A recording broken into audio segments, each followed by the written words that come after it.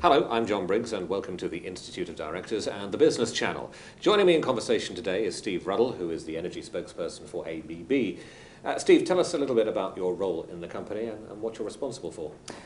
Okay, well, my primary role in the organisation is to help raise the awareness of energy efficiency amongst our clients and amongst the customers in the UK. And in doing so, how important is it? Because ABB is not specifically an energy conservation company, is it? I would disagree. Okay. I would disagree. I think that we're very, very active in actually maximising the energy efficiency of the entire energy value chain, right the way from the power station down to the plug.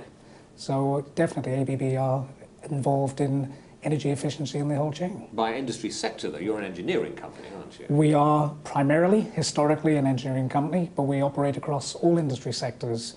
Effectively, for example, we operate from utilities through to steel mills, through to banks, and even fast food chains. So we're present in every sector. And given you have a good history in the engineering industry, at what point did you transfer your thinking to become an energy efficient company?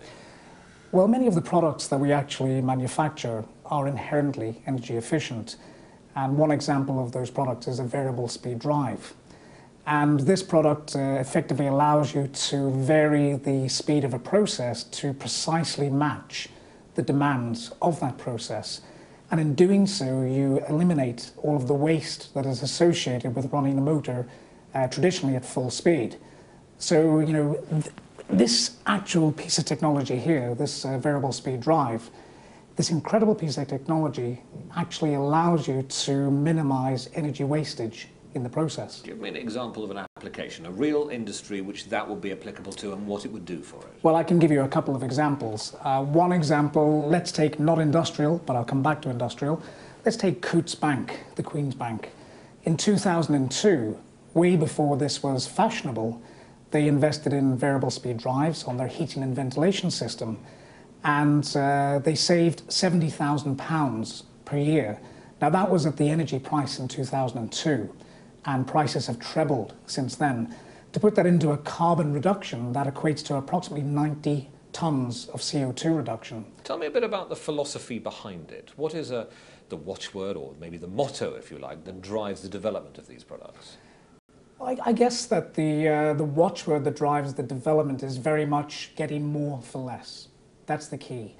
And there is a lot of time which is spent on trying to reduce the energy bill by all organisations. Unfortunately, right now, they do that by shopping around for a cheaper supplier. And I would argue and certainly suggest that far better savings are achieved if you actually use less energy in the first place, rather than just trying to buy it cheaper. Well, let's talk about the carbon reduction commitment. How do you think it's going to affect your clients? Well, I think that it's going to affect them on several levels. I mean, firstly, with the introduction in April 2010, I think that many are going to have to reprioritise their activities in order to work on the CRC scheme. I think it's also going to drive much needed investment into energy efficiency technology by those companies that are captured in the CRC scheme.